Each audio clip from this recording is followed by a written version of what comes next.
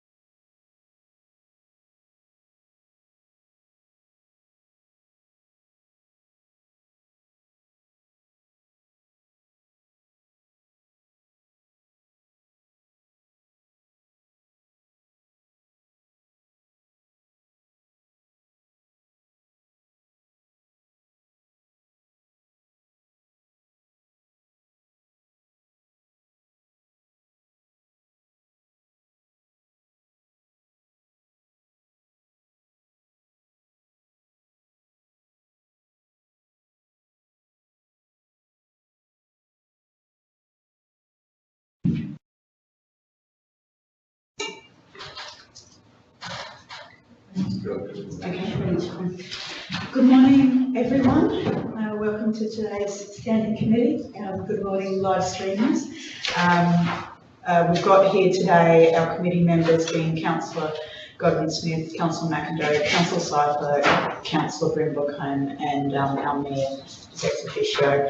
We don't seem to have any observers from councillors today, and welcome to the staff that are here presenting as well. So moving on, is there any apologies for the reasons you don't have? There's nobody absent. Can I call, is there any leaves of absence required for future meetings? So no leaves of absences. We'll move into confirming the minutes of the previous meeting from the 13th of March. Can I please gain a mover for those? Thank you, Councillor Godwin-Smith, and a seconder. Thank you, Councillor Brimble-Combe. Could everyone please review those minutes? Is there any changes that are required to those minutes? No, thank you very much. Can I please have a show of hands to show that everyone's all in favour? Great, thank you, all in favour. So business arising out of the minutes, is there anything that anyone would like to raise from those minutes?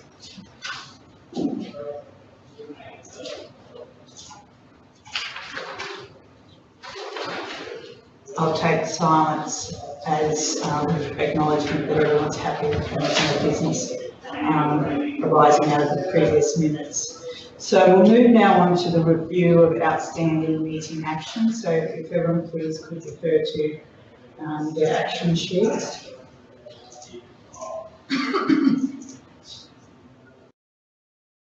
It's only a very short document this week with 4 items on there. Any questions from the committee? No, and I did raise with Daniel earlier, and also raised in the Finance and Infrastructure Committee that we're due to have be presented the full master copy of all the actions, and so I'd like to see that on next month's agenda, and for us to be given enough time to go through whatever we need to within that actions report. Okay, moving on to upcoming agenda items, could everyone please refer to their rolling reports? Is there any questions that anyone has regarding those future reports or anything on that document? No. Thank you very much. Okay, moving forward, Daniel, any petitions? No petitions, Daniel. Thank you. No petitions, and there's no committee recommendations listed on the agenda today. Moving forward, material personal interest, conflicts of interest, personal gifts and benefits. Has anyone got anything they wish to declare? Thank you very much. So nothing to declare. Excuse me, through the chair. Sorry, I need to go back to leave of absence. Sorry. Sure, that's I no just problem. had to check my diary. I do require a leave of absence for the 15th. Okay, that's noted for Councillor Seifert. Thank you very much for that. Can I please get a mover for that? Councillor McIndoe, and a seconder, Councillor Brimble-Combe. Thank you very much. Sorry, leave class granted. No, that's okay. Moving to the body of the meeting, the first item is the Regional Arts Development Fund, RADF Fund, round 2. So I could please ask Daniel to introduce Karen Newman and Susan Coulter to deliver that report. Thank you, Madam Chair. Councillors, this is a regular report brought before you to give you an update and get your decision on some final RADF funding applications that have come through. So you'll note that there are 8 applications listed below that have been successful, and 1 application that's unsuccessful. I'll allow Suzanne and Karen to run through the details of the particular applications in case you have any questions. Thanks, Daniel. Through the Chair, the Central Highlands Arts and Cultural Advisory Committee, known as TACADE, have reviewed the Round 2 Regional Art Development Fund, known as RADF, applications. This report shows the TACADE's recommendations for council endorsement. We'd like to thank the CHAPA for their efforts and time in evaluating the RADF applications. And I'll now pass you to Karen Newman, our Arts and Cultural Officer, who will share the details of that report. Thanks, Susan. Through the chair, the CHAPA committee met on 16th of March this year to review the applications for round 2 of the Regional Arts Development Fund for the 2017-18 financial year. There were 6 community applications received, of which 5 are recommended for endorsement, and the remaining 3 applications were council initiated projects, which linked to the Central Highlands Regional Council Creative Cultural Futures Strategy 2016 to 2026 objectives. The total council RADF round 2 budget recommendations came to $39,049.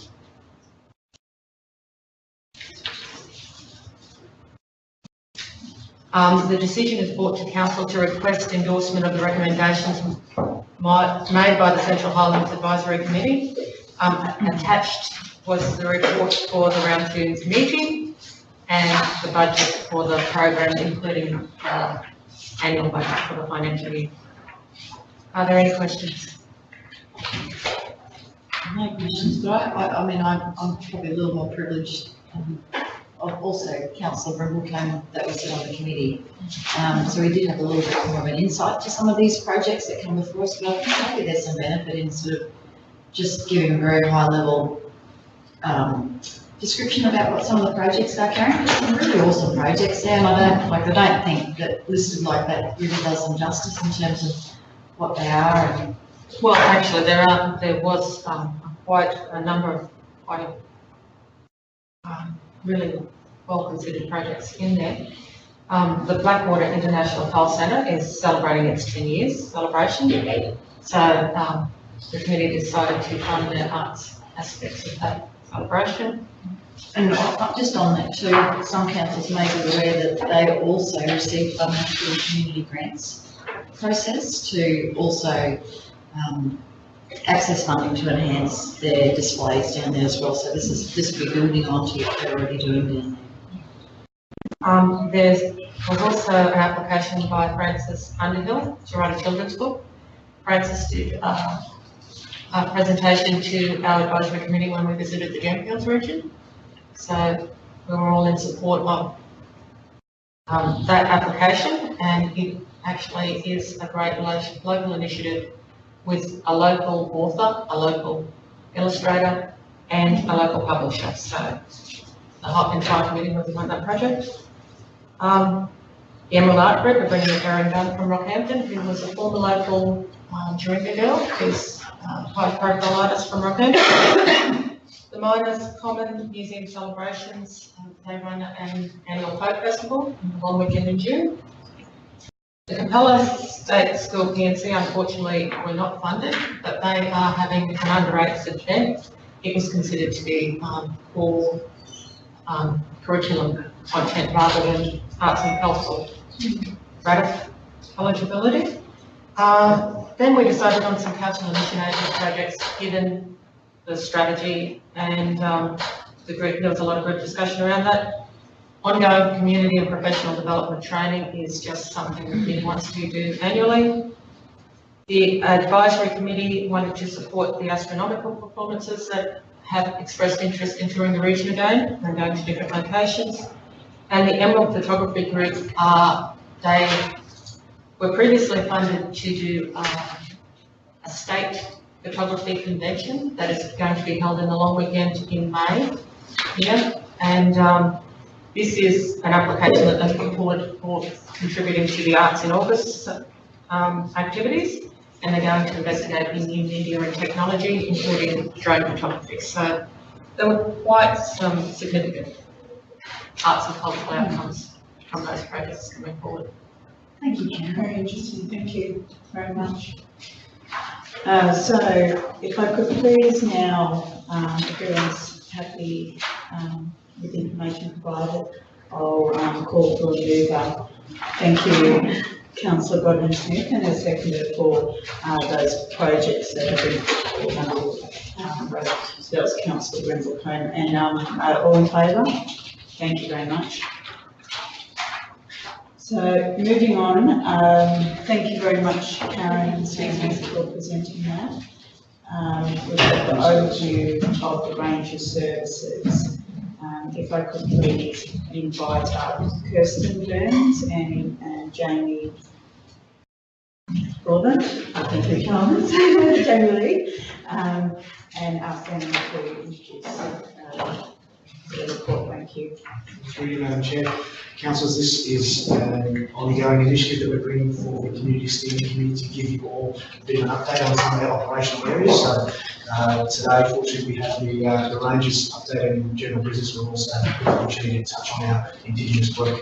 But I'm particularly excited about the ranges update, and as you can see through the report, there's quite a substantial amount of functional areas that our ranges cover, and it's particularly interesting, while I don't want to go into too much of the detail because I'll let Jamie and Kirsten do that, it's particularly interesting looking at the size of our area, all of the functions that we cover and the number of staff that are doing quite a substantial job in that area. So I'll let Kirsten and Jamie provide the particular details of the report for you.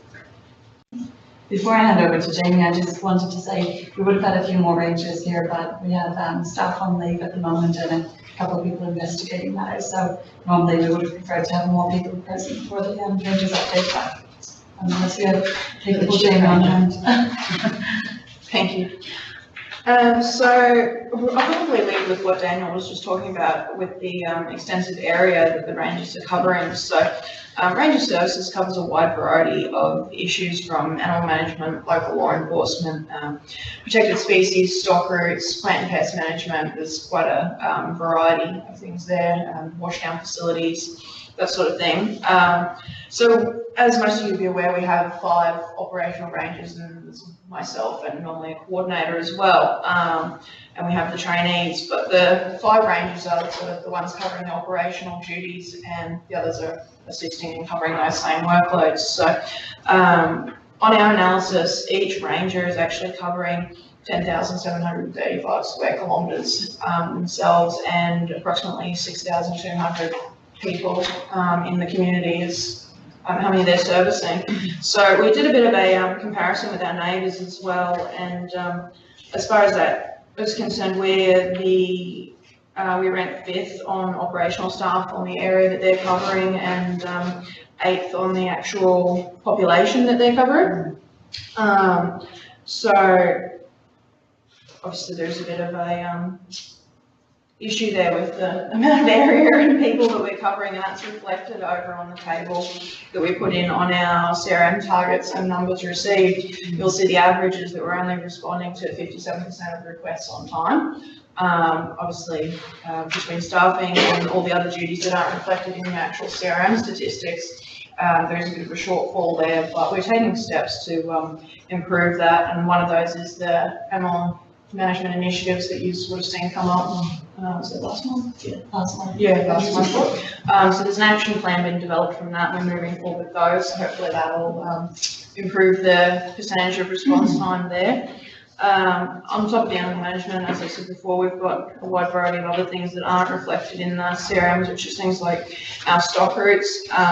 So the rangers are responsible for the day-to-day maintenance of the stock route network in our region, and that includes responsibility for maintaining and upgrading the actual water facilities. So we've got 9 facilities to the north, 12 here central, 18 to the south, and 10 to the east. And as you would have seen from the audit report that's attached that we presented back in February, I believe it was, some of those are in need of some serious maintenance, so there's quite a bit of work to undertake there as well.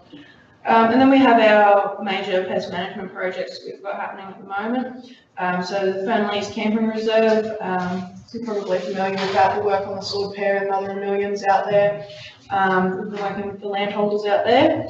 The Willows Cactus Project, that's still ongoing, and we'll be doing some follow-up on that in the coming weeks. And as well as the Rivervale Sapphire and Scrubleaf Miners Common, we've got projects happening there with the bellyache bush, prickly acacia, Hericiea, and the apple pine. So we've got a contractor out at the Gemfields at the moment, just conducting the follow-up on the bellyache bush, and they'll be assisting us with follow-up at the willows, hopefully next week. And then obviously we've got the Nagoa River project with the Hyman Acme, so that's coming up for follow-up soon. And that'll be one that the rangers have to manage themselves. That's not something that we can contract out. That'll be something that we'll manage with biosecurity and the other stakeholders we had involved last time.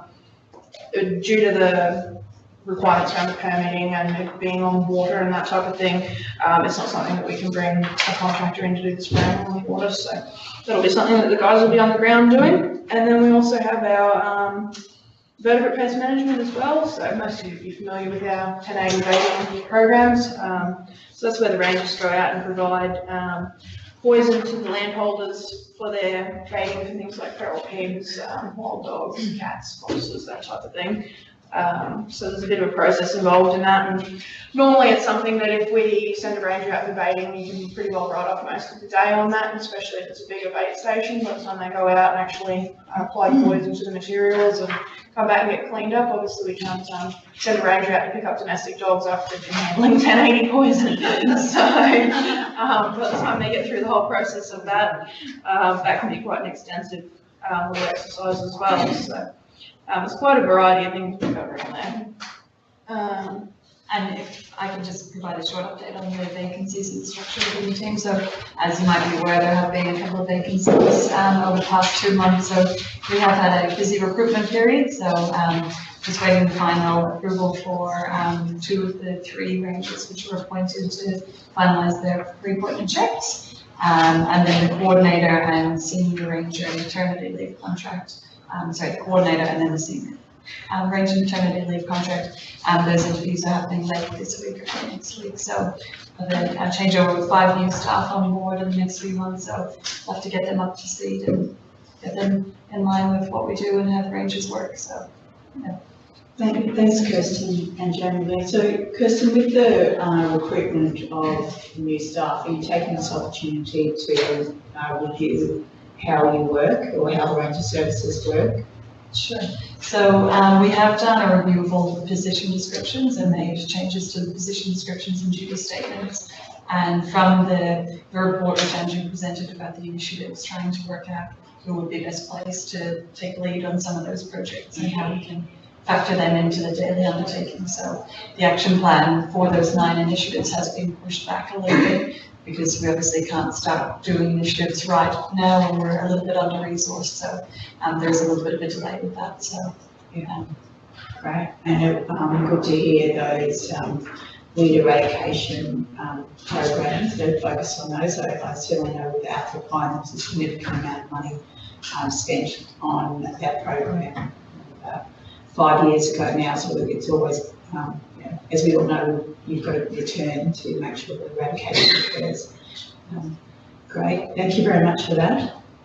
And now, Councillor McAdoo. Yeah, just a couple of points there. The handling and storage of 1080 poisoning, the concerns you have with staff and everything, we've just potentially discussed the opportunity of buying cryovac injected.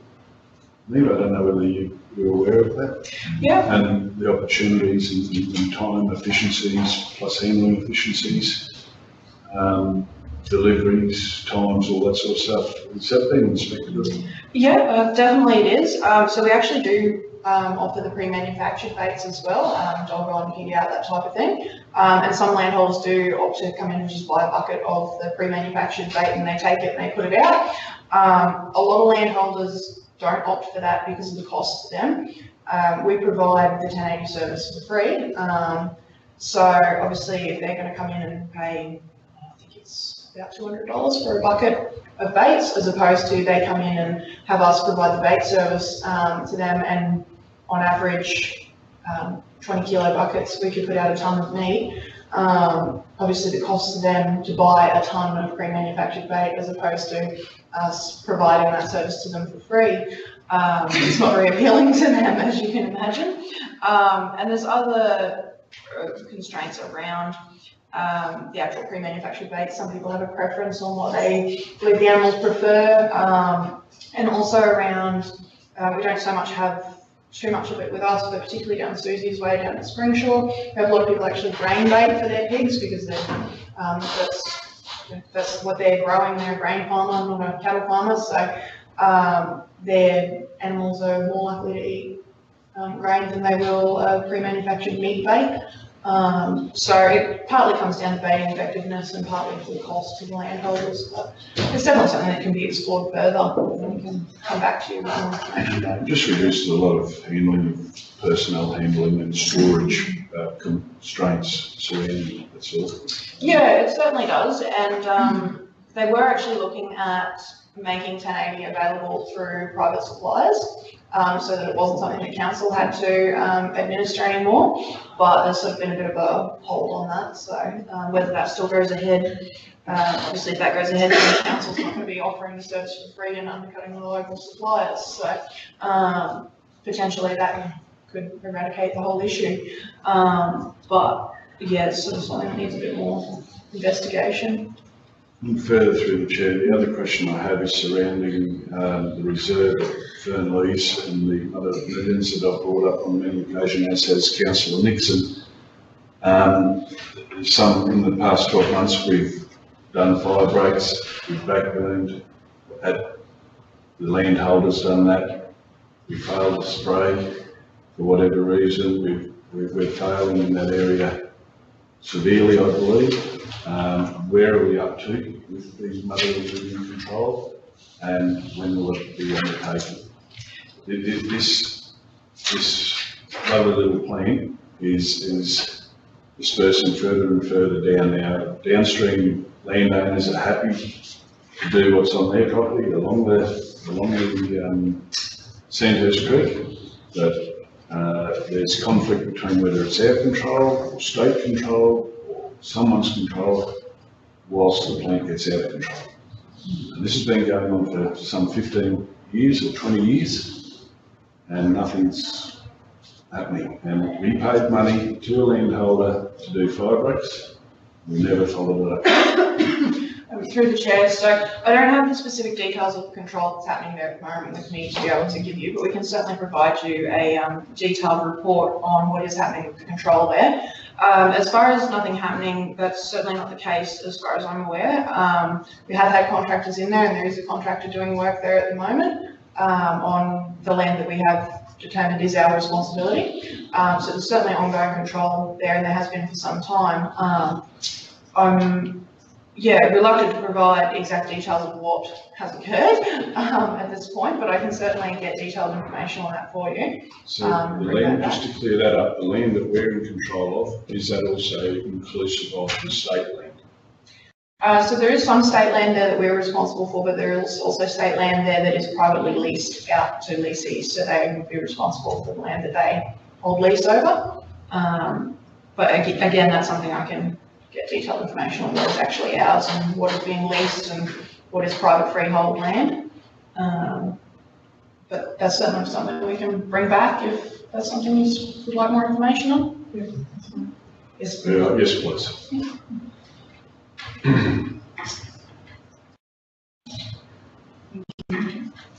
And the flying foxes were dispersed a year ago.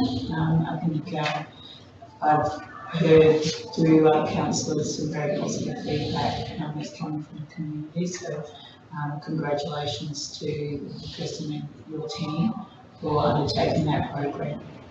So Councillor Goggins-Smith, do you have anything to add? I just noted there's a lot of very positive comments via social media, just through the local community pages down there, and Kirsten's name was mentioned particularly. So yeah, a lot of really positive feedback about the success of it, and certainly as recently as yesterday evening they were saying the town is free of bags, so yeah. That's on top, so we're hoping that it would stay that free over the weekend and continue on, so far so good. So far. So there's some ongoing deterrents happening there at the moment, just to ensure that they don't come back. And while there's no established roost, the community is certainly well within their rights to continue deterrents. And even when they first arrive, before it's actually declared a roost, they can conduct deterrents to get them to move on and roost somewhere else. So that's definitely something that we're going to be promoting. But as far as how the dispersal went, it went really well, and I'd definitely like to highlight Jackie as well in the Rangers team. She sort of managed the majority of it down there. I wasn't able to get down there, unfortunately, but she did a really good job getting it all organised and getting all the community involved. So we wouldn't have got the outcome that we got if the community wasn't as involved as they were, would have been much more drawn out and costly for council as the previous dispersals, so. And for the next community standing committee, we were hoping we'd be able to table a report just about the outcomes and the cost savings to council by doing a collaborative community initiative, rather than getting a contractor in, which we've done previously out there. So it was more effective in terms of the dispersal. It was cost effective to council, and then it was a great way to get the community on board as well too, and all of the volunteers volunteering as well too. So we'll acknowledge them. I was going to say thank you, because involving the people down there certainly helped. Yeah. You know, spread that goodwill to council. So thank you to Kirsten and the communities team. Thank you. And again, thank you to Jackie. She did a fantastic job. But overall, thank you. I know the black flying foxes were a little hard to move. They were moved, so thank you. And the ongoing work that's been done by the community there as well to keep them out of the area. So thank you. And are we still monitoring the roost in Emerald at Botanic Gardens? So what sort of numbers are there right now? So there's ongoing monitoring happening there. Both roosts there'll be ongoing monitoring, regardless of whether they stay in town or out. There's 300 little red flying foxes approximately in the Botanic Gardens. The numbers haven't shifted. They are heavily pregnant though. I haven't been down there this week, so I can't comment on whether they've birthed yet, but they're due anytime from now on. So that's why they're still there. So they won't be, yeah. So, and that would be, what is it, through about September, it is? Potentially, they seem to be on track with the breeding cycle this year. They were a little bit late last year. So particularly if they do birth soon, obviously the sooner they birth, the sooner they move on. So generally speaking, as soon as they, the dependent young are able to fly and feed properly, it's normally a week or two later you see them leave. So obviously the sooner that happens, then the sooner they'll be gone. Okay, wonderful. Thank you for that update. And just if I can add as well too, at the next strategy meeting, I think it's the 24th of April, consultants that were engaged through commercial services, Avisher, are coming in to do a report about mitigation techniques and things like that, which we'll need to factor into our flying fox management plan to reduce the impact of flying foxes out of the airport. So the consultants will be doing, I think, about a 45-minute presentation, and then we'll be highlighting what we need to do to address their recommendations. Great, thank you very much. So if there's no further questions, we'll actually, before Kirsten leaves, we'll just juggle around the agenda and move to the update on the non-conforming building products and compliance. So thank you very much, Jamie. Actually, Jamie, will this be your last presentation to us, or? Most likely, you probably won't see me again before I run away and have babies. Okay, well, good luck, and I hope to see you back in the Ranger Services team in future. Ranger Or you enjoy your time off on your next stage.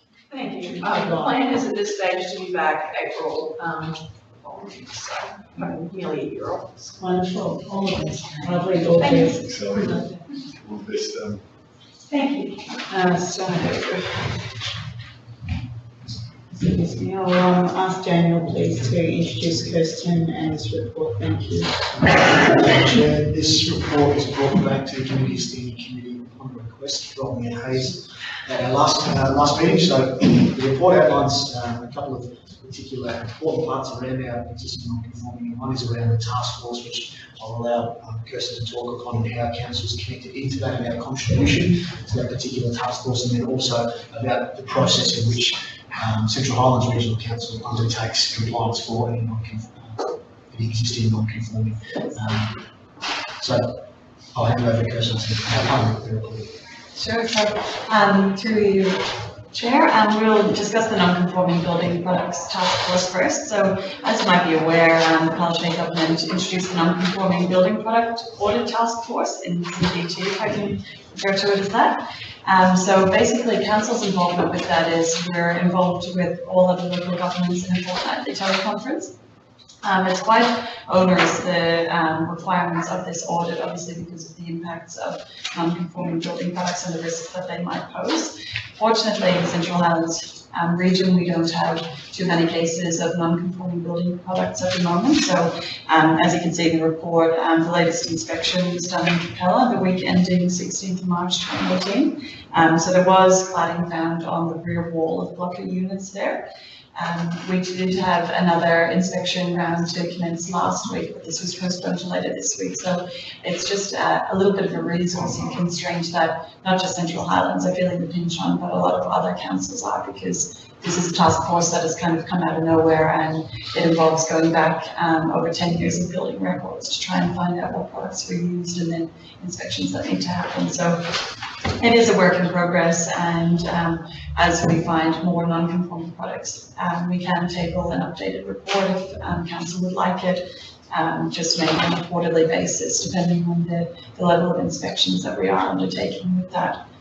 In relation to the second aspect of the report, so non-compliance in the region, so we've got Deborah Menendez, our compliance officer, sitting in the gallery today. So inspections continue to be undertaken on development approvals when they're due to be inspected. So following the approval and then the work's being completed on the development application. So the compliance officer has been assisting the building certifier in terms of the non-conforming building products task force. So that has been taking some time to try, and we've got certain deadlines that need to be met with the audit task force that we need to comply with. So in terms of the process that we follow here for development compliance inspections, so essentially it's about a 6-step process if we can map it out. So the planning approval database is monitored for approvals coming to the end of their currency period. So the currency period is the lifespan of the development application once it's approved. So that varies between different uses, whether it's a material change in use or reconfiguring a lot. Where there are lapsed or withdrawn applications, these are identified and they're removed from the spreadsheet. The compliance officer has a look on CHIMP and other mapping databases to see if the use has commenced rather than going out. So in areas where the approvals are in the other end of town, it's more effective to use mapping, obviously, to check that construction is commenced. Undeveloped sites are noted and if lapsed, they're removed from the spreadsheet. And then once applications are identified as finalised, inspections are completed on an as-needs basis, so to resolve a complaint in relation to the operating of the business or use as part of broader compliance audit. So we undertook, as you were aware, the quarry inspection audit last year. We did another one on rural workers accommodation late last year, and one that we're looking to do is the levied infrastructure charges audit, which is coming up shortly. We just need to figure out a few more details to iron that out. So basically the levied infrastructure charges audit relates to development applications that have been approved and commenced, and levy charges that have been paid on that. So in the report we've identified that between amalgamation and the end of December 2016, there were 774 DAs assessed, of which 578 were approved and 334 of these had infrastructure charges levied. So only 118 of these have either paid the charges or infrastructure agreements have been put in place. So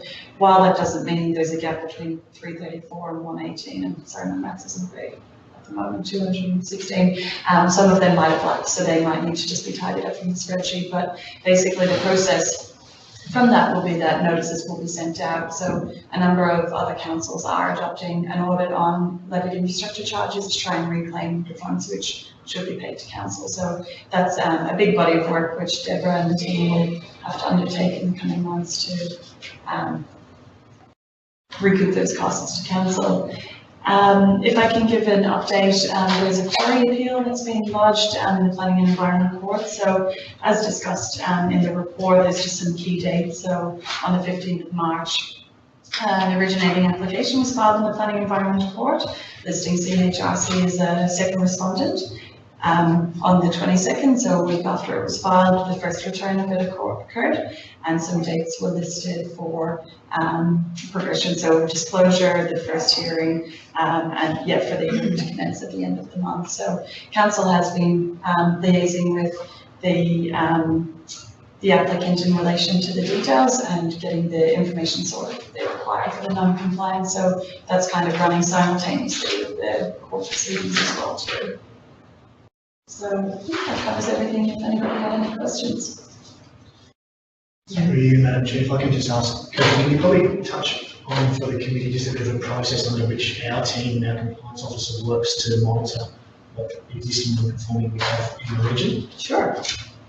So in terms of non-conforming in the region, so that's relating to the task force, but if we're talking about non-compliance, so we do have a dedicated building compliance officer who goes through that list of steps which I discussed just previously about monitoring the spreadsheet to find out which applications are at the end of their currency period, where they're almost up for renewal, or if it comes to the planning ceiling stage, these applications need to be assessed.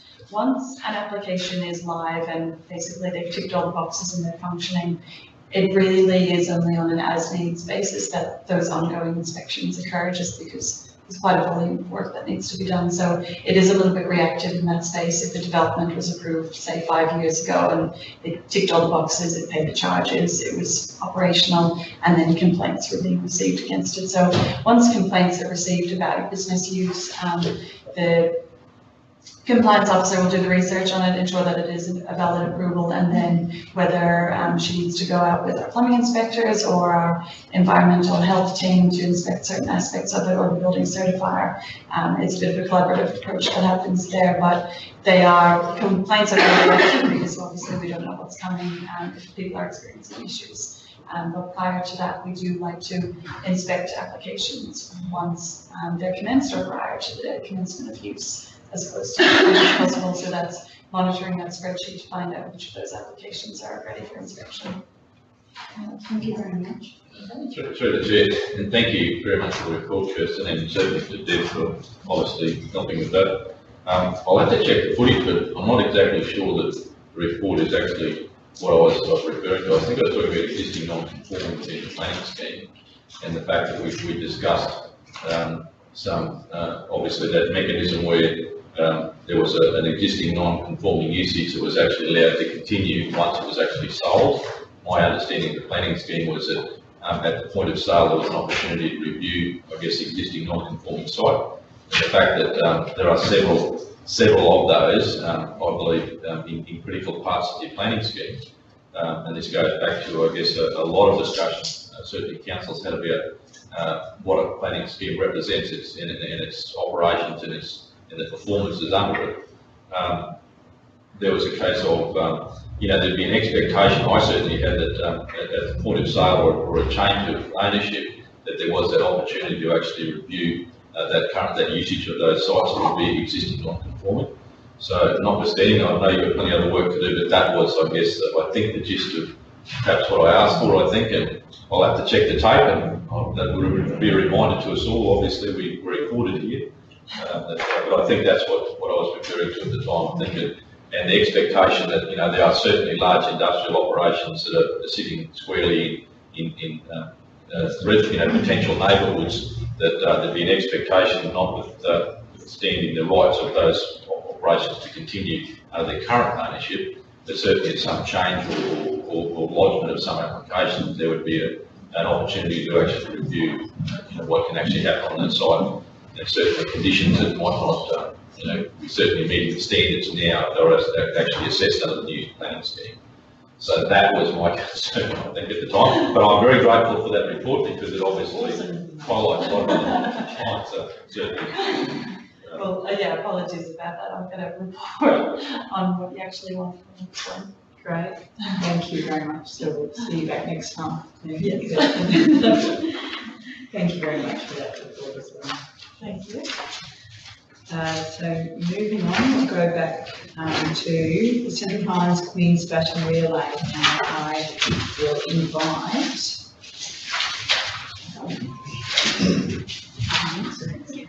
Courtney, and I invite Courtney Wheeler down to speak on that report, and ask Daniel to assist Courtney. Thank you. Thank you, Madam Chair. Through you, councillors, this is an opportunity to present information on the report, wrapping up what was the Queen's Baton Relay event which came through our region. So a number of councillors and staff members, amongst other community staff workers, were a part of the local working group for that particular project, which was working for 12 to 18 months prior to the particular event. So it was quite a drawn out process. Nonetheless, perfect timing given the actual Commonwealth Games were on at the moment, so I might just hand over to Courtney to detail some of the events and activities that happened and I guess the actual community benefit we got from that coming through. So through the chair, yeah. So as you're all aware, on the 22nd and 23rd of March, the Commonwealth Games Queen's Baton Relay came through the Central Highlands, coming to 7 out of our communities, and there were in total 8 events hosted over those 2 days. It kicked off in Capella, which was really exciting. So there was an event hosted by CTM Links there that was funded through the Commonwealth Games Corporation, one of the grants through there, and it was a great event. Councillor Seifer was in attendance there, over 1,000 people attending, taking part in a lot of activities. So it was a great start to the relay, and a lot of people enjoyed that in the Capella community. The satellite crew then went out to Anarchy. This was a very good opportunity for the schools. The baton actually ran around the oval, and the kids got the opportunity to run around with the baton, which was really exciting for them. And Anarchy PNC hosted the event funded by council, which Councillor Daniels attended and opened that one.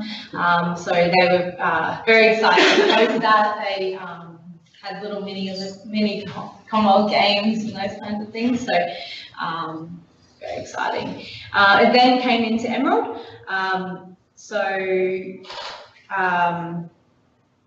It had 2 routes through Emerald, so it started off at one of the schools, ended at Rundle Park, and we had an event for the Central Highlands School Sport representatives, which was attended by over 300 people, and we had our guest speaker Alex Blackwell there to greet the baton bearer, and it was a great opportunity for a lot of sporting community, kids in the sporting community to have a photo with the baton. And then we went very busy, went straight on to the Epic Street Party. So it ended there, the baton was ran to the street by one of Tori Rouse, so that was very exciting, and what an amazing night that was. There was over 3,000 people in attendance. We had a lot of activities, MC, a band, lots of food that we ran out of by the end, so that was very exciting. And then the next day, heading to Blackwater. So at Blackwater, sorry, I should say that council funded the Epic Street Party as well. Then over to Blackwater, so at the state school there, Blackwater PNC, funded by the Commonwealth Games Corporation, hosted a event there, and followed through to Luff, which was a great little event. They had a rock climbing wall. I actually had a Commonwealth Games qualifying cyclist there as well. And they did a really good job with their event, council funded, but really pushed by that PNC and the principal there. Dingo, straight on to Dingo, attended by over 300 people. They had merry-go-rounds and great performances by the kids. Again, funded by council, and the PNC committee ran that one. And then finished off in Duringa, which was a different one. It started with an opening from Mayor Hayes, and it kicked off there and finished at the end of Duringa, and we by a baton bearer. So that was so basically as well. I just wanted to, so this, as Daniel said, this was a 12 to 18 month, process to get to this from the local working group that was made up of the Mayor and CEO Scott Mason and other people across the area, including Peter McFarlane from QPS and Angela Collins from the Department of Education, who had a huge part in planning this event. And also this group actually formed the traffic management plan that was executed on absolutely amazing job by the infrastructure team, and also the SES who also assisted with that. So all in all, it was a really successful 2 days. I think everyone who was involved in an event or involved in carrying the baton will definitely remember it forever. So. Thank you very much for that report, and I really want to acknowledge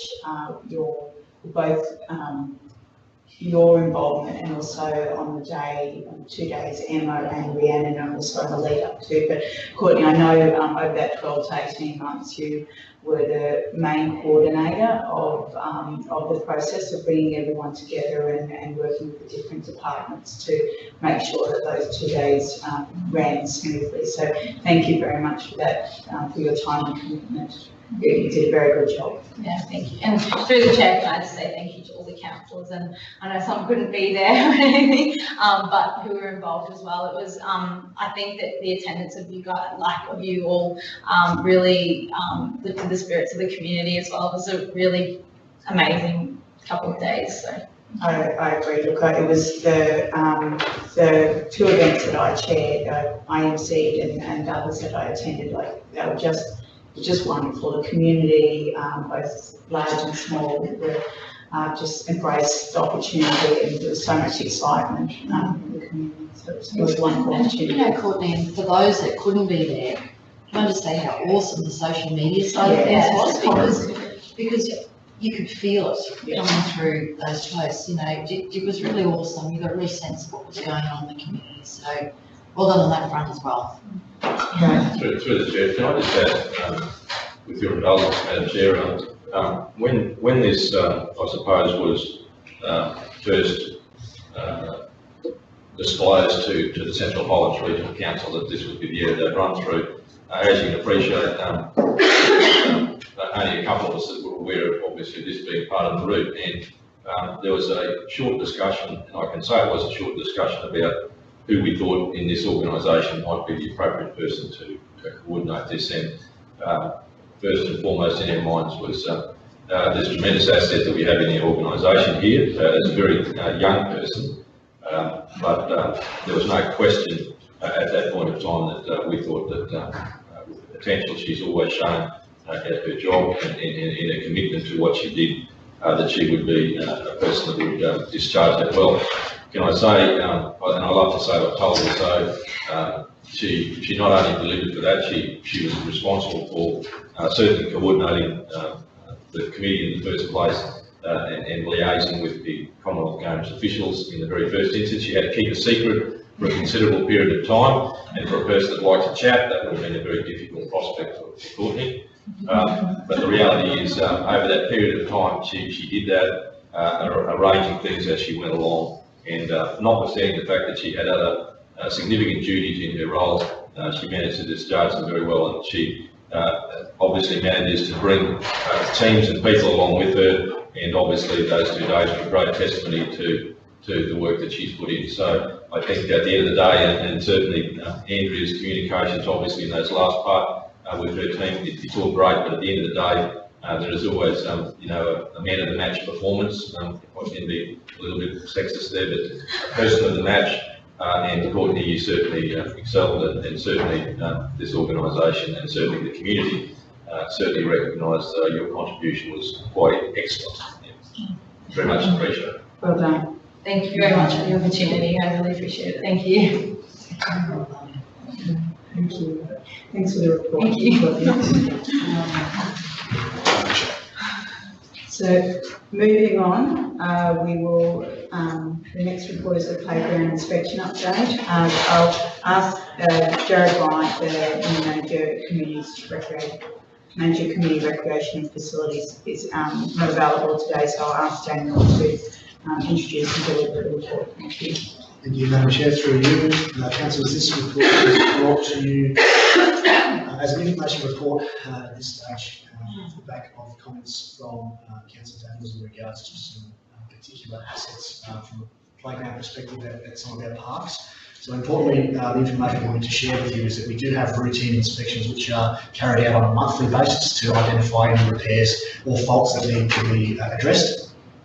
And so those routine inspections are logged and monitored accordingly. Should the repair of any particular playground asset take any longer than 4 weeks, or if we need to adjust that, then normally that's escalated pretty quickly to get some capital funding or whatever we might need. But at this stage, that's the current process. Throughout reviewing this, there is a certain deficit which we will look to be rectifying in the following financial year through a budget process of allocating some money towards attracting a particular individual with a skill set or accreditation to go around and evaluate a particular playground asset. So we don't have that accredited person in staff, and it is quite an onerous accreditation to attain and to maintain as well. So it wouldn't be advisable to be doing that on staff, but it is something we do need to do, and that will be upcoming hopefully in the next financial year. So you'll see that within the budget process coming.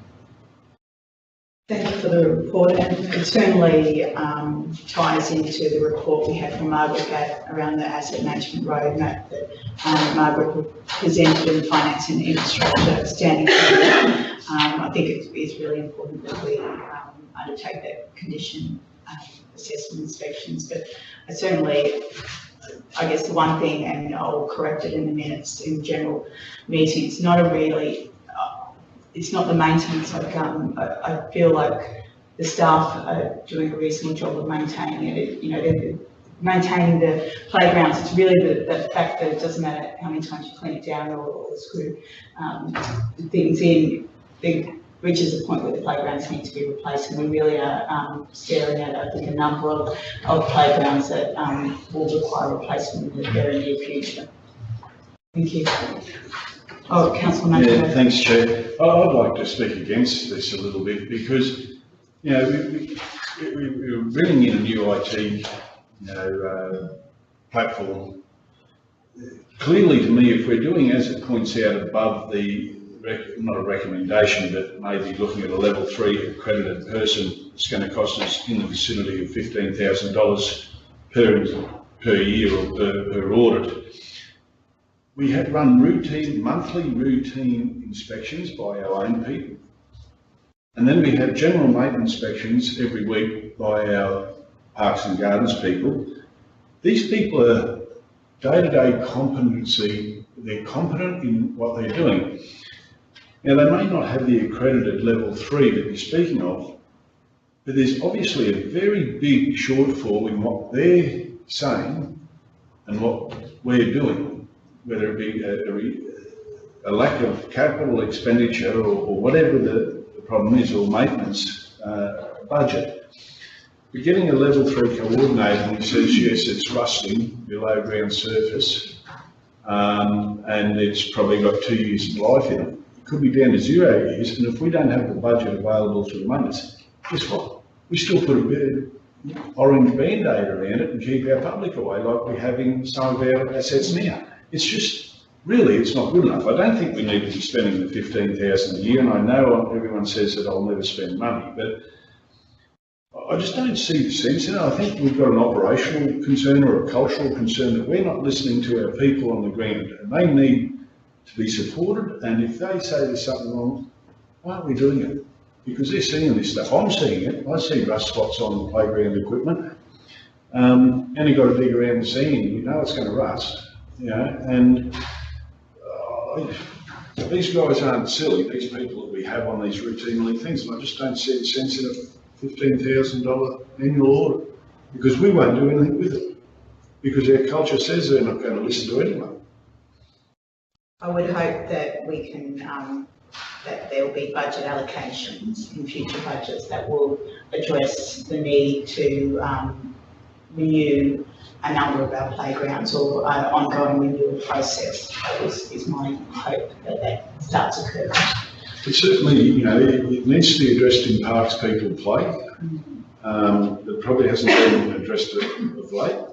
It certainly comes back to game plan and what the interaction between those girls or those official officers and those clubs. It certainly comes back into parks and gardens people and the way it's dealt with in that manner. We either have these facilities, or if they're no good, pass life, rip them out. Don't tolerate the safety issue. I just don't know whether we need the level 3 on an annual basis, that's all. I'd like to see 15 grand go into the actual infrastructure. Through you, Madam Chair, I'll just respond to a couple of Councillor Macintosh's comments. The budget allocation will absolutely be coming forward for Council's deliberation. And however that is prioritised is Council's determination, and we will spend accordingly. More than happy to accept as much money as you would like to provide for our communities to upgrade all the playgrounds.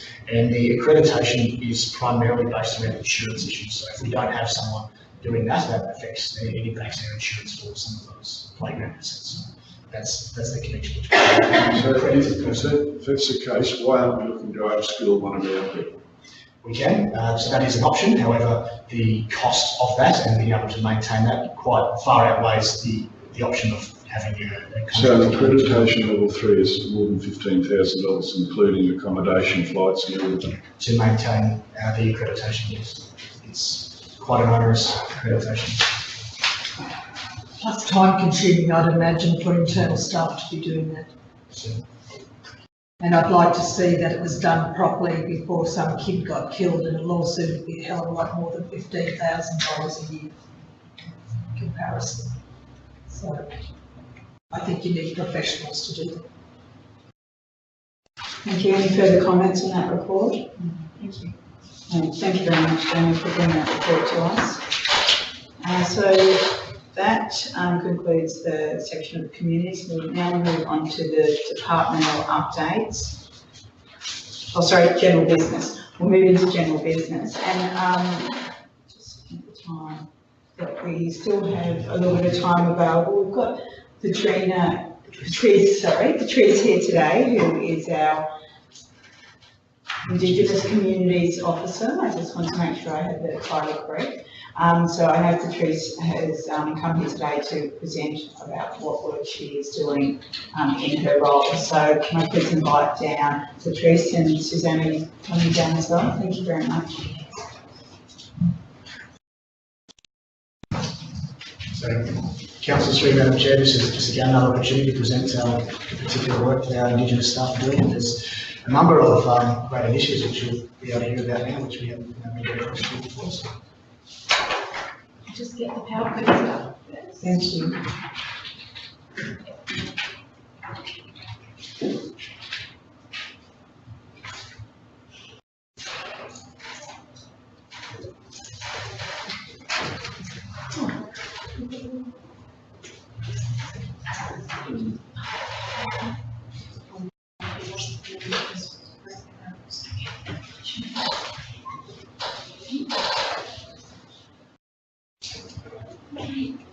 Thanks, Daniel.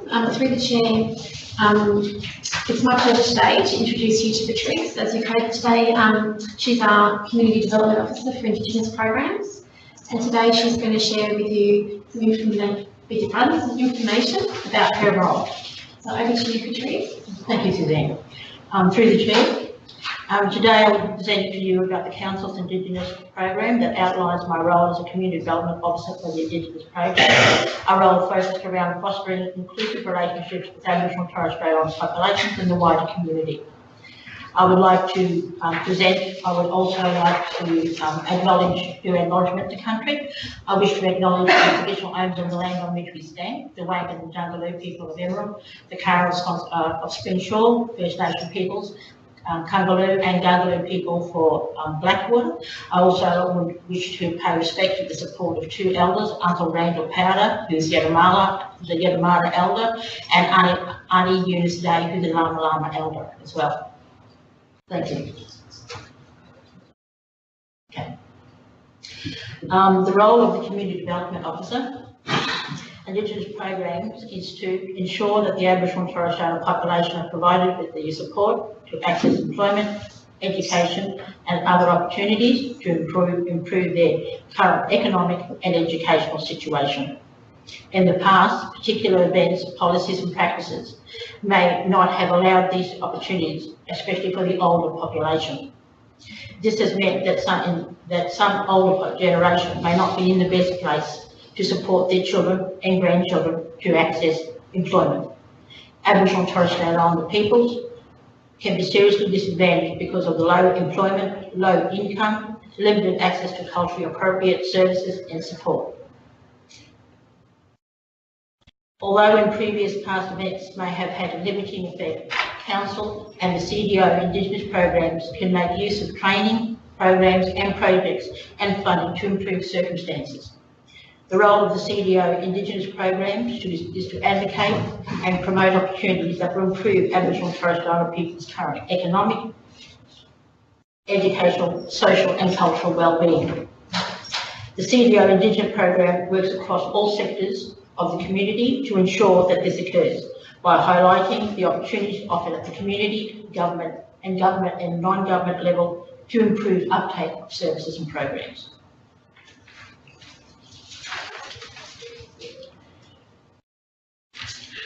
The CDO Indigenous program's role also is to work between participants, community, organisation and service providers. The role has a lead responsibility in the development and partnership of key cultural events, including NAIDOC Week, Closing the Gap, Coming of the Light, Sorry Day, National Reconciliation Week, Mabo Day and Aboriginal Children's Day. The Indigenous Programs Officer is also required to participate and support a variety of other initiatives led by the community development team that promotes cross-cultural awareness.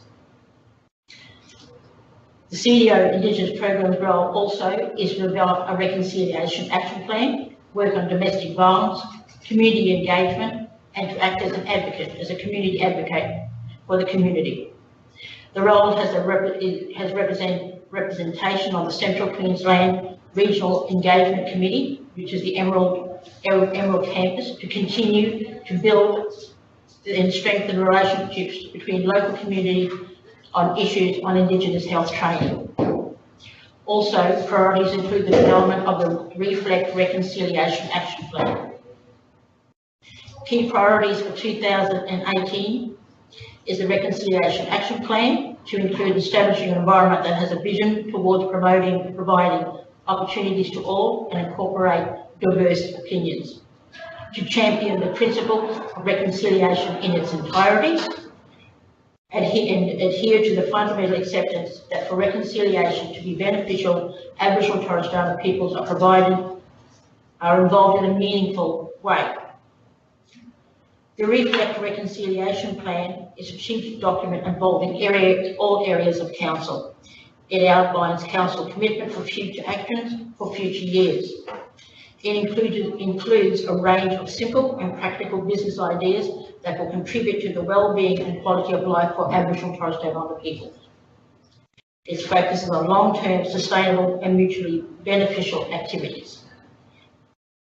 What is incorporated into the reconciliation plan is that the proposed performance measures that direct engagement and actions throughout all of Council. These are the events that I've been involved with for the last year. So from the top, on the top left-hand side was the OPA workshop, which was part of NAIDOC. Next to it is the Blackwater High School, who were involved in an educational program, a regional education program, and our Blackwater High School students were second overall in the regional event. Next to that is the Capella workshop we had on traditional artwork, and the last picture is I'm on the DV White Ribbon Committee as an advocate, and I also work with a DV champion, Aboriginal champion, who is interested in developing a men's program. And the other photos are of Uncle Randall Powder and Auntie Eunice Day. Have any questions? So Patrice, you're very busy across the region. What do you think the mix of the people that you work with, that they predominantly, what's the demographic? Is it mainly young people or older? Traditionally, in terms of Aboriginal and Torres Strait Islander communities, basically 52% are usually under the age of 25. And that's usually the norm, whether you're talking regional or whether you're talking urban. And so you usually have 3%, 4% that are elders, and so it's inverse to the normal population. So when you do look at programs, and there's a lot of youth programs across the region, that is the way it actually should be because of the high amount of children under the age of 25. And so while I work across all demographics, literally I ensure that in terms of youth programs, school programs, that there is a focus on that young population. If you get the young population right, then you can actually go forward, and that helps the elders, the grandparents, and the parents. Right. Thank you. And are you finding you've got, you're able to spread yourself across, it's a big region we've got here, so. Well, I have the support of the community development unit team, so so that's been quite beneficial, and also my supervisor in Lanka, so that I have a good understanding of what's actually happening in the area, and in terms of, so Uncle and Auntie also, in terms of any issues that I need to address or how I should respond to certain things, they usually provide me with some guidance, like I am looking at a combined churches reconciliation event, and then they will say, okay, look, have you asked this particular person to be involved? So sometimes I actually don't know who I should involve, and so they go, oh, okay, have you asked the Gungaloo elder from our Winga? Oh, I better go and do that. Or Wilga, I think is the name. So they provide me with that sort of direction in terms of the Aboriginal protocols. I also work with different groups, like with the youth worker, and also with other alliance from the from Rockhampton, Central Queensland Indigenous Development. So basically, we work in a partnership, collaborative kind of model. Okay, wonderful. Thank you very much for the report today, Dr. Patrice, just one question. The Reflect Reconciliation Plan, that's a federal plan? It's a plan. It's not, it sits sort of outside of, it's not a federal plan. All organisations go through what you call a reconciliation package. So you can have the Commonwealth Bank of Australia who will actually develop an action plan. You will have private as well as public organisations which will develop a program. So we're at the reflect stage is basically looking at the structures that do exist within the organisation and putting all that foundation in place so that when you go forward in terms of any strategy, those strategies are actually developed and then you can go forward rather than, so it's sort of a journey forward in some way. Madam Chair, just to extend on that for you, Councillor Thomas, with Reconciliation Australia are the official federal body which coordinates the Reconciliation Action Plans for organisations or helps assist in development of organisations. Thank you. Through the chair, if I may. I'd just like to add that Patrice has a very strong background in Indigenous health, and she also sits on the Central Queensland University Emerald Campus Community Engagement Committee, and she's highly regarded for her Indigenous health and knowledge. So I just wanted to add that apart from her role there, she has a very strong background that is highly respected in the region and valued. Thank you. Any further questions for Patrice? No, that was really good. Thank you. We appreciate that report. Thank you very much. So, moving now into the departmental updates, I'll invite Daniel to speak to the updates and introduce. Just Daniel, okay. Thank you, Madam Chair. Through you, Councillors, the monthly update for you has 22 specific operational updates. Again, I'll touch through some of not all of them, but feel free to ask any questions that you might have. So the Dingo Skate Park was touched on last month by both Lola and Tony when they discussed their presentation. The 2018 Regional Community Summit will be held and coordinated with our community development team, but there's some diary checkers there, so the 1st of September later this year, the event will be held here in Emerald, noting that it's on a rotational basis and it's been through Capella, Screnshaw and Blackwater in respectively the last 3 years.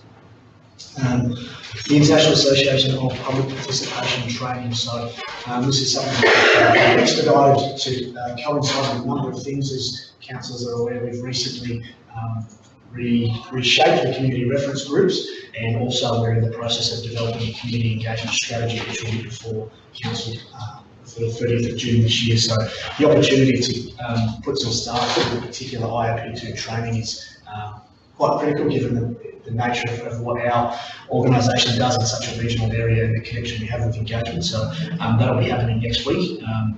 There'll be 2 separate trainings, one a basic training for as many staff as we can fit in there, and then a particular advanced 2-day course which we're targeting for staff that will be primarily doing a lot of their engagement work with the community and connecting with yourselves as well. So this is quite an exciting initiative. We're looking to in some way maintain every year, whether it's just some refresher training for our staff, but it's certainly a great opportunity for them and potentially overdue, but something we need to stay on top of so everybody's up to speed with the IAP2 engagement framework. Number 5 is the Blackwater Pearl movie night, so I'm not sure if anybody was able to get down to that one, but Cars 3 was shown on March 16th. Quite a turnout with about 270 people turning up to the pool, so that's a very well activated event. I touched on the International Women's Day last time, but again a little bit more there for you around the Wheel of Wellbeing and the number of attendees we have. The library's strategic action plan, so again our libraries isn't necessarily operating under a strategic plan, but we're building that for them at the moment, and they'll be, they've had a number of initial sessions, and that strategic plan, while not particularly connected to our operational plan, it will be something that's ongoing, will be presented to council hopefully in Q1 next year.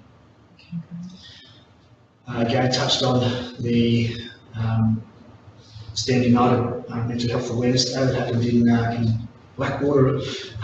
There's some updates on some local law for waste, which will be progressing accordingly as they come through. Clean Up Australia was also touched on last time around. I won't touch on ranger staffing. Kirsten gave a bit of an update before on that. I'll flip forward to number 15, which is our strategic land use planning staffing update, for the reason to give council an update on a number of things. Our Parks People Play, which Councillor Macindoe mentioned earlier, and the livability strategy. So as we know, there's also a number of major and minor amendments to our planning scheme, which are in train, but essentially we're limited resources at this stage. We're unable to progress some of those particular strategies. So we're certainly working on that, and the recruitment is well underway for that. While I can't provide any further details on where we're up to, we haven't got any preferred candidates yet, but that interview process is all underway, so shouldn't be too far away from being able to resource that again appropriately. The solar fund guidelines, again, there was a bit of an update there with the state government coming through later this month for Emerald, so if I can encourage everybody to be present there. We'll also have a frequently asked questions and some information which we'll provide to council so that you're well informed prior to that day. The plumbing and drainage bill, which is over on number 20 there, so there was actually a committee which was expecting to table a report yesterday actually, and council had provided a submission to that proposed bill. The proposed bill itself was to establish a contemporary, streamlined and flexible framework for plumbing and drainage, provide authority for making contemporary plumbing regulation, provide authority for making contemporary plumbing code, and the public protect public health and safety through the regulation of the mechanical services work, which is guided by the QECC. So our submission went, but unfortunately they repealed the bill at that time, so I don't actually have an update. We haven't heard yet what's happening with that bill. Once it does come back online, we'll be able to give you a bit of an update. To get out and get active, healthy Highlanders, so again, a 12-week program for fitness classes, which is through funding, through the National Parks process. We've had the successful applicants have been notified of those who's going to be coordinating that. And again, the Flying Fox and Ringer was a successful endeavour. Hopefully we're able to monitor them now. As was mentioned earlier, the connection with the community playing a substantial role this time has provided us not only a successful outcome, but we were able to get a better dialogue with the community, and they're going to be able to assist in the ongoing monitoring of that and actual sort of activities leading up to when the Flying Fox may or may not return again. So that's a bit of a wrap up. Happy to take any questions on that. Thank you. Any questions? With the mobile skate park, can any community request that? Definitely. Okay. So through the chair, the only real limitation is fine is making sure you've got The suitable place yet service. to put it on, but nonetheless, there will be somewhere across every community where we can locate it. So, Okay. Because I gave your details out last night. wonderful. So they expect a phone call. Yeah, certainly. Obviously, if it's booked somewhere else, but we're more than happy to spread it right around the region. Yeah, right. That's great. So would it be on a cement slab? No. Or just a good level surface? It really depends. If there is an extended slab, it gives the actual skate park itself a bit more use, but because it folds out, so it doesn't essentially need to be on a slab because they can't go from the ramp to grass. Yeah, that's right. So, but it could be on, say, tennis courts or something else that's not a specific extended concrete slab. So you just need to identify the right location for where it needs to be set up, that's all. Perhaps we need a few of them around the region. Essentially, there is quite an uptake at the moment of youth looking to skate. Not stop. Very well. And good initiative with the Blackwater Pool Movie Night as well. Very good. And the library robotics, how's that? I know Suzanne's left, but how's that being promoted to the schools? I think we're communicating, our library staff will communicate with the schools to encourage them to attend and host, and yeah, really, it's something that we're partnering essentially with the schools, so we're not taking full responsibility for that. We're really sharing it with the schools because it's the students that are benefiting from it. That's great feedback about the Timco State School utilising those robotic services. Thank you. Any further questions around the departmental updates? I'll move into general business again. Sorry, do you've got anything further? No. Is there any general business that anyone would like to raise today? No, the only thing I just would like to raise to highlight is that the Sapphire Gem Wetland Reserve, the official opening is scheduled for the 26th of April from 1:50 to 3 p.m. We've been working with the member for Glen, Mr. Ken O'Dowd will be attending that event, and other various councillors will be there as well. But I think it'll be a great community event, and I want to take this time to actually acknowledge Sonia Mitros, who's part of our Parks and Gardens team. She was project manager for this project, and it certainly was not a straightforward project, and she's really, she had to use creativity to deliver the project, and she's done an excellent job. And it's just transformed that area which I've known for some time from, an area that was becoming degraded, I guess, and certainly there's lots of rubbish there, to a natural green space that the community will be able to use and tourists will be able to visit, and it's a really positive thing that council and the government has invested in. Sorry, Councillor Reynolds, what was the date again? The 26th of April, so it's a Thursday, so the day after Australia Day, 1:50. Oh, Anzac Day, sorry. Yes, 1:50, and I'll ask Marnie or one of the other staff to put that in our diaries. So it'd be great if the councillors want to come out. That's open to the public? Yes, it is. So it's now been, Amber's been very good at, has been assisting us in the process. So it's been put on the council social media site. It will go on the website, and then we'll be working on a media release. So we can distribute that invitation. Yes, that'd be wonderful. And there's we hope, just still firming up some of the presentations, but within that time, I have firmed up, there'll be a presentation on waters, a little bit on the environment from Cherub, and then we hope to have, because traditional owner information, because there is a scar tree that's acknowledged within that reserve as well. So and I have confirmed that we will have a busload of Anarchy State School students coming down. Excellent. So thank you very much. So if there's no further general business and we don't have any late agenda items or reports for closed meetings, so I will close the meeting. Thank you very much for your attendance and contributions today.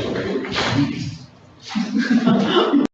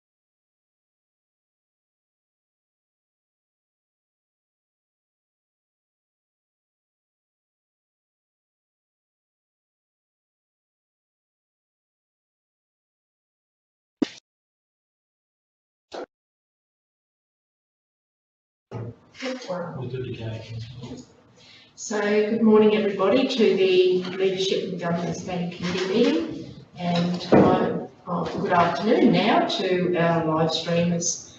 We have in the council chambers, we have Councillor Seifert, Councillor Nixon, Councillor Bell and Councillor Brindlecombe, who are all members of the committee. So we don't have any apologies, I imagine. No. Thank you. So are there any leaves of absence required? Yes, I'll be a leave of absence for the 15th of May. Thank you. Motion with the amendment, Madam Chair. Thank you. Second for that. Thanks, Councillor. All in favour? Yes, thank you.